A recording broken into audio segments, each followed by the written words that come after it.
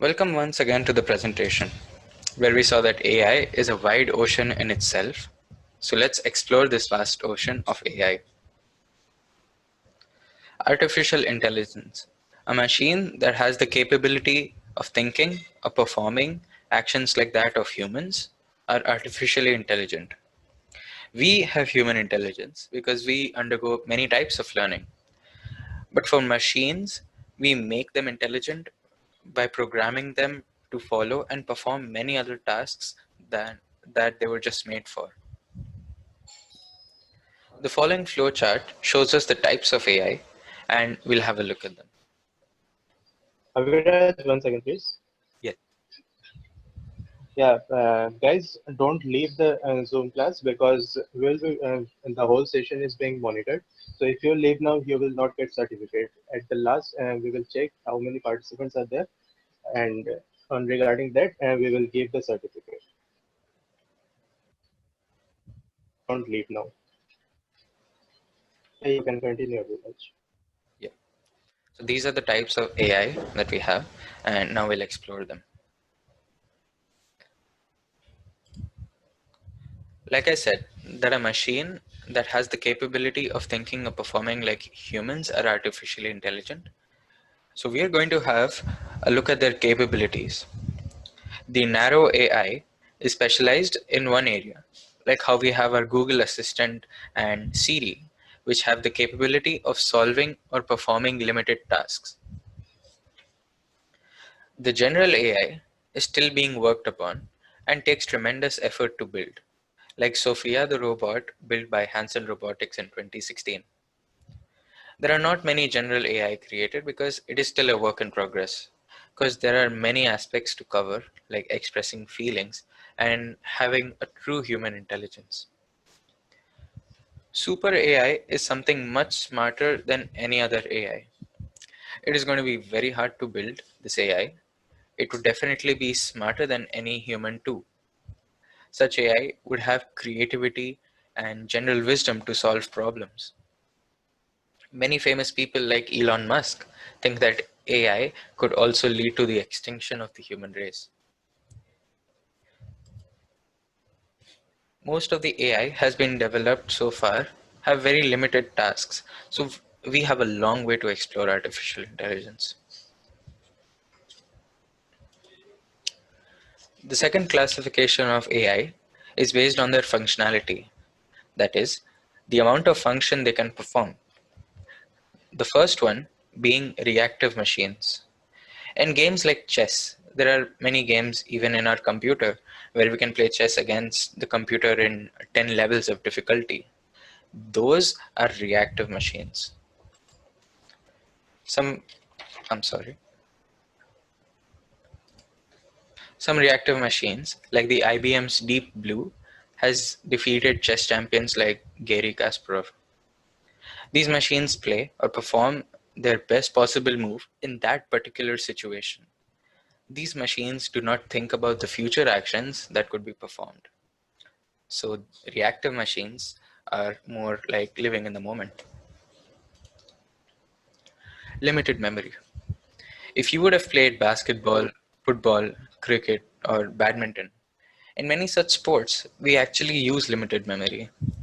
In games like basketball and football, based on the location of the players in the court, we would do the appropriate action. But after the action is completed, having the memory of those locations are not important anymore. Companies like Tesla have successfully created self-driving cars. These cars keep track of nearby vehicles, their speeds, if our vehicle is in the lane or not, if there's any signal up ahead, if there is any living being right in front of the car, and much more information. So such machines that we see that would not require the storage of information from the beginning, but only in the real-time situation. Theory of mind is quite similar to what we have seen before. We looked at general AI and the classification of AI based on the capability, like Sophia the robot. Self-awareness machines are exactly like that of the super AI that we had seen. Since we are still way behind in our technological capabilities, it would take us decades of technological evolution to achieve self-aware machines. A famous futurist, Ray Kurzweil, believes that AI will meet adult human intelligence by the year 2029. The AI research began only in the 1950s, so we have a long way to go. For learning anything, we need to meet some conditions. Knowing a programming language, some programming languages are focused mainly on building AI machines. Mathematics is highly required to handle large amounts of tasks based on complex logics.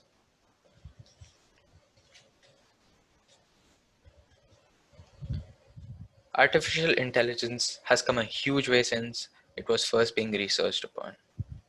So, in every field that we have vested our interest in, having the knowledge of AI definitely boosts up our opportunities in those fields. Let's have a look at the answer to the burning question of how AI is used in social media and chatbots. Using data structures, as we had seen earlier, and using the help of AI, it keeps a track of all the billions of new trends that are taking place, such as hashtag go corona go or hashtag social distancing, etc. We have seen or maybe even witnessed it a few times when Facebook would ask us on our posts that is this and your friend's name would be written there, suggesting us to tag them. Instagram and Snapchat follows another AI technique called computer vision, through which face filters are created and applied. LinkedIn is a company which acts as one of the medium to help people find jobs, and AI gives them recommendations to us to approach certain companies based on our profile.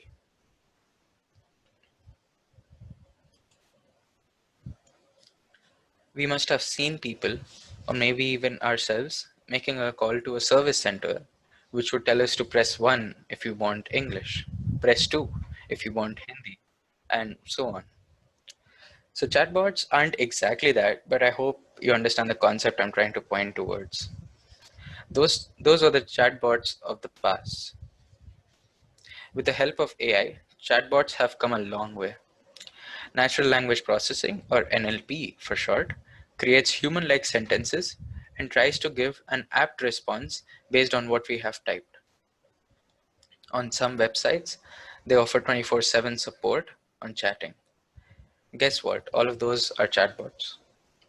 So, the help of AI, chatbots are actively learning based on every conversation that they have with users and, and improve their sentence formation to provide much more effective solution to users. There are pros and cons to everything. And this slide shows us the advantages and disadvantages of AI.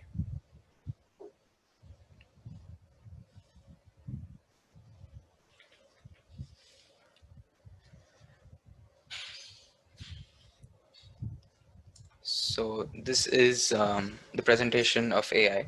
And now we'll move on